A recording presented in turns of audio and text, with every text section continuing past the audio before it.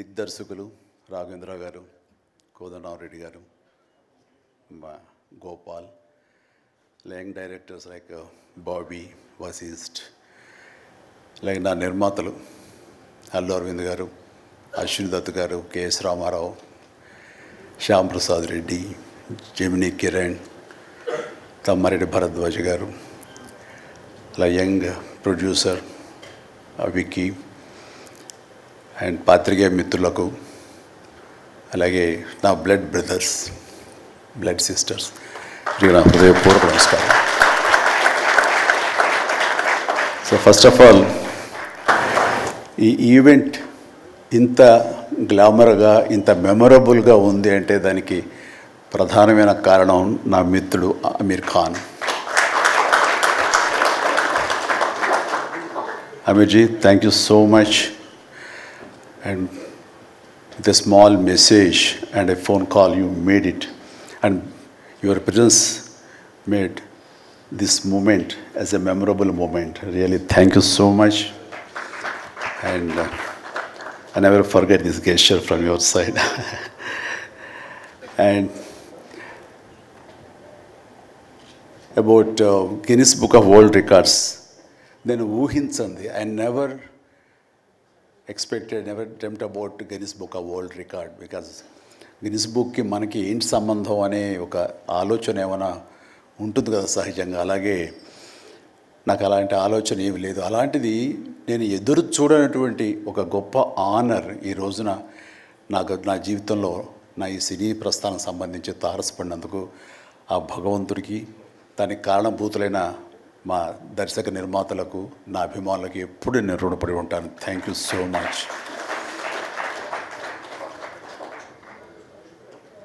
నాకు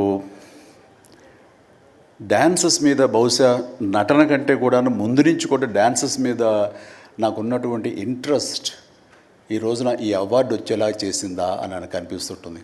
ఎందుకంటే ముందు నటనకి శ్రీకారం చుట్టే కంటే, ఓనమాలు దిద్దుకునే దానికంటే నేను ఫస్ట్ డ్యాన్స్కి నేను ఓనమాలు దిద్దానేమో అనిపిస్తుంటుంది.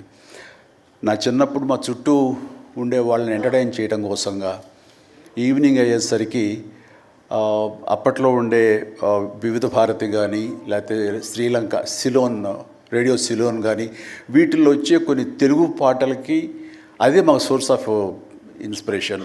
రికార్డింగ్ సాంగ్స్ అవి రావడానికి అప్పుడు గ్రామ్ ఫోన్లు కానీ, టేప్ రికార్డులు కానీ ఇవన్నీ కూడా ఉండే పరిస్థితి కాదు ఆర్థికంగా. అలాంటి వారానికి ఒకసారి రేడియోలో ఎప్పుడు పాటలు వస్తాయా అని అందరూ ఎదురు చూసేవాళ్ళు. రాగానే శంకరబాబుని పిలవండి, డ్యాన్స్ వేస్తాడు, మనల్ని అలరిస్తాడు అని వాళ్ళందరూ ఉత్సాహంగా ఉంటే, వాళ్ళ ఉత్సాహానికి నేను మరింత ప్రోత్సాహంగా తీసుకుని దాన్ని డ్యాన్స్లు వేస్తుండేవాడిని. అట్లాగా అవి డ్యాన్సులు అంటారా, బాడీ కదలిక అంటారా ఏమో తెలియదు, ఒక ఎనర్జీగా అవి ప్రజెంట్ చేయటం అనేది ఒక్కడే తెలుసు నాకు. 7th class, 6th class, 8th class ఆ ప్రాంతంలో.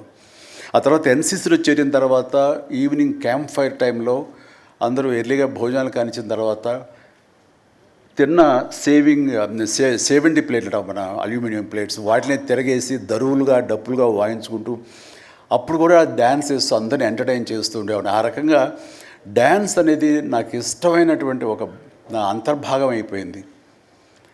అలాగా డ్యాన్స్ని నేను వేరుగా ఎప్పుడు చూడను, ఎప్పుడు హుషారు ఉన్న సరే అందుకంటే ముందు లేచిపోయి డ్యాన్సెస్ వేయటం అనేది మ్యూజిక్ అనుగుణంగా బాడీని మార్చుకోవడం జరిగింది. అంటే ఫస్ట్ పిక్చరు నేను వెళ్ళినప్పుడు అక్కడ సరదాగా నా రూమ్లో నేను డ్యాన్స్ వేస్తుంటే నా కోస్టార్స్ ఆర్టిస్ట్ వాడు చిరంజీవి డ్యాన్స్ వేస్తాడు అని అంటే అవునా అని వాళ్ళందరూ చేయాలంటే అందులో సావిత్రి గారు ఉండేవారు, రోజారామణి, కవిత, ఇలాంటి యాక్టర్లు అందరూ ఉండేవాళ్ళు, నరసింహరాజు ఇలాంటి వాళ్ళందరూ ఉన్నప్పుడు వర్షం పడుతుంది. ఒక పంచలో డ్యాన్స్ వేయాల్సి వచ్చింది. అది ఈస్ట్ గోదావరి రాజమండ్రి దగ్గర ఒక పల్లెటూళ్ళలో. ఆ పంచలో జల్లు పడుతూ కూడా మొత్తం తడితడిగా ఉండింది. అయినా సరే డ్యాన్స్ అడగడం పాపం ఎవరైనా సరే వెంటనే ఎలాంటి ఇన్హిబిషన్ లేకుండా చేయడం అనేది నాకు అలవాటు. అలాగే టేప్ రికార్డ్ డ్రాయింగ్ చేసి అప్పట్లో డ్యాన్స్ వేస్తున్నాను. మధ్యలో కాల్ జారి కింద పడిపోయాను. పడితే అది కింద పడిన తర్వాత ఆపకుండా వాళ్ళందరూ అయ్యో అన్నారు. అనేసరికి దాన్ని నాగిని డ్యాన్స్గా మార్చేసుకొని చేస్తే ఎక్కడ లేని అప్పలాస్ వచ్చేస్తుంది. సో అక్కడ చూసేటంటే ఒక కో డైరెక్టరు రాఘవేంద్రరావు గారి మన క్రాంతి కుమార్ గారికి చెప్పడం, ప్రాణం ఖరీదుల వాళ్ళు బుక్ చేసినప్పుడు అబ్బాయి భలే డ్యాన్స్ వేస్తాడు, భలే ఉంటే డ్యాన్స్ అని అవునంటూ నా క్యారెక్టర్కి అంతకుముందు ఎప్పుడూ ఒక డ్యాన్స్ అనేది ఊహించుకోలేదు, సాంగ్ డ్యూయట్ సాంగ్ అని ఊహించుకొని వాళ్ళు ఒక ఎందుకు పెట్టకూడదు సాంగ్ అని చెప్పి నాకు ఆ సాంగ్ సిచ్యువేషన్ క్రియేట్ చేసి ఏలియల్లో ఎందాక అనే ఒక సాంగ్, అండ్ ఆ సాంగ్ నేను వేస్తే దాన్ని స్టెప్స్ అది చేసుకుంటే ఫస్ట్ టైం ఒక యాక్టర్గా నేను స్క్రీన్ మీద డ్యాన్స్ ఇస్తూ కనిపించింది. అది దానికంటే ముందు మన ప్రాణం ఖరీదు సారీ పునాది రాళ్ళలో కూడా అలాగే ఫ్రెండ్స్ మధ్య డ్యాన్స్ వేస్తూ నేనే సెంటర్ ఆఫ్ అట్రాక్షన్గా ఉంటూ చేశాను. అలాగా నా డ్యాన్స్ స్కిల్ అన్నది ఎక్స్ట్రాగా నాకు ఒక బెనిఫిట్ అయ్యింది, నాకు ఎక్స్ట్రాగా అది ఉపయోగపడింది. తర్వాత అరవింద్ గారికి, జయకృష్ణ ఇలాంటి వాళ్ళందరికీ కూడా తెలుసు. అండ్ లింగమూర్తి గారు ఉండేవారు, ఆయన డిస్ట్రిబ్యూషన్కి చీఫ్. అప్పట్లో ఆయన రాగానే ఆయన ఏ ప్రొడ్యూసర్స్ని పిలుస్తారు, ఎవరి కథ ఓకే అంటారు, ఎవరికి డబ్బులు శాంక్షన్ చేస్తారని డిస్ట్రిబ్యూటర్స్ మీద ఆధారపడే రోజులు నిర్మాతలు.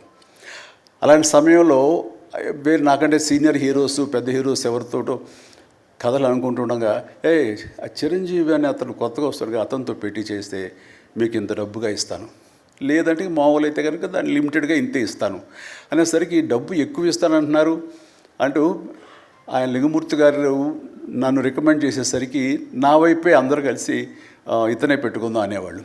అతను ఏంటంటే ప్రజానాడి, ఆడియన్స్ ఏమనుకుంటున్నారు, ఆడియన్స్ ఇతను సాంగ్స్ కోసంగా పదే సినిమాలకు వస్తున్నారు, ఇలాంటి వాడితో సినిమాలు తీస్తే మనకి 4 డబ్బులు వస్తాయి కదా, కమర్షియల్గా వైబుల్గా ఉంటుందని ఉద్దేశంతో ఆయన ఆ రకంగా అప్పట్లో నా ప్రొడ్యూసర్తో అనడం, అండ్ వాళ్ళు కూడా నన్ను ఆప్ చేయటం నాకు ఆ రకంగా డ్యాన్సెస్ అనేది ఒక ఎడ్జిని తీసుకొచ్చింది. ఆ తర్వాత నా నిర్మాతలు కానీ, నా ప్రొడ్యూసర్స్ కానీ, నా మ్యూజిక్ డైరెక్టర్స్ కానీ, నా కోరియోగ్రాఫర్స్ కానీ వీళ్ళు నా సాంగ్స్ అనేసరికి ప్రత్యేకమైన శ్రద్ధ పెట్టేవాళ్ళు. అంటే మ్యూజిక్ పరంగా కానీ, బీజిఎమ్స్ పరంగా కానీ ఆ సాంగ్స్ అనేవి ఖచ్చితంగా ఉండాలని. దత్తు గారితో నాకు ఎప్పుడు దెబ్బలాటాయి, ఎందుకంటే 6 సాంగ్స్ ఉండాలేమో బాస్ మనకు అనేవారైనా, లేదు 5 చాలండి, 6వ సాంగ్ ఎప్పుడు కథకి గొడవ అడ్డుపడిపోతుందంటే, లేదు బాస్ బాస్ బాస్ బాస్ అది మీరు అనకండి, ఏ హీరో అయితే ఏమో కానీ మీరైతే మొత్తం 6 సాంగ్స్ ఉండాలి బాస్ అని ఆయన అంటాం. సో 6వ సాంగ్ని ఏ రకంగా ఒప్పించడం. అలాగే అల్లు అరవింద్ గారు లాస్ట్కి వచ్చేసరికి అత్తగేముడు అమ్మాయి 3 సాంగే సిచ్యువేషన్ లేదు అక్కడ. అలాంటి చోట ఒక డబ్బు మీద ఒక సాంగ్ను ఆయన క్రియేట్ చేసుకుని ఆ డైరెక్టర్ గారితో కోదండరామరెడ్డి గారు వీళ్ళందరూ కలిపి అనుకుని అత్తగేముడు అమ్మాయికి మొగుళ్ళు ఒక సాంగ్ను బలవంతంగా పెట్టాడు అక్కడ. ఆ టైంకి అది బలవంతంగా ఉంటుంది, కథ డిస్టర్బెన్స్ ఉంటుంది, కానీ సాంగ్స్ ఒక ఎడ్జి తీసుకుంటాయి. సాంగ్స్కి స్పెషల్ ఆడియన్స్ ఉన్నారు. ఆ ఆడియన్స్ సాంగ్స్ మళ్ళీ రిపీట్ చేసేవాళ్ళు. అప్పట్లో ప్రొజెక్టర్ ఆఫ్ చేసి మళ్ళీ రీప్లే చేసేవాళ్ళు. ఆ రకంగా సాంగ్స్ యొక్క ప్రత్యేకత నా జీవితంలో, నా సినీ కెరీర్లో, నా యొక్క విజయ పరంపరలో అది ఒక అంతర్భాగం అయిపోయింది. ఆ రకంగా సాంగ్స్ అనేది ఏదో సరదాగా హాబీగా చిన్నప్పుడు మొదలుపెట్టింది. అది ఈ రోజు వరకు నాకు విపరీతమైన ఫ్యాన్స్ని తీసుకొచ్చి డ్యాన్సెస్ అంటే చిరంజీవి చేయాలి అన్నంత పేరు తీసుకొచ్చి నాకు ఈ రోజు ఇదిగో ఈ Guinness book of world records నాకు తీసుకొచ్చేలాగా చేసింది. సో ఇది నిజంగా అనూహ్యమైంది. ఏదో నటనకు వస్తుంది అన్నారు, వస్తుంది. అలాగే పర్సనాలిటీకి, మన సీనియారిటీకి అవార్డ్స్ వస్తాయి అనుకున్నా వస్తున్నాయి, అన్నీ అవుతున్నాయి. ఇంక ఎందుకు వస్తాయి, ఏమన్నా వస్తాయి అనుకుంటే కనుక ఈ రూపంలో వచ్చింది. ఈ రకంగా నన్ను వరిస్తుంది అనుకోలే. అది కాకుండా Guinness book of world records అన్నది. So first of all thank you so much mister Richard. You have come all the way to give me this honour in the name of prolific dancer, actor of Indian screen. Thank you so much. Thank you.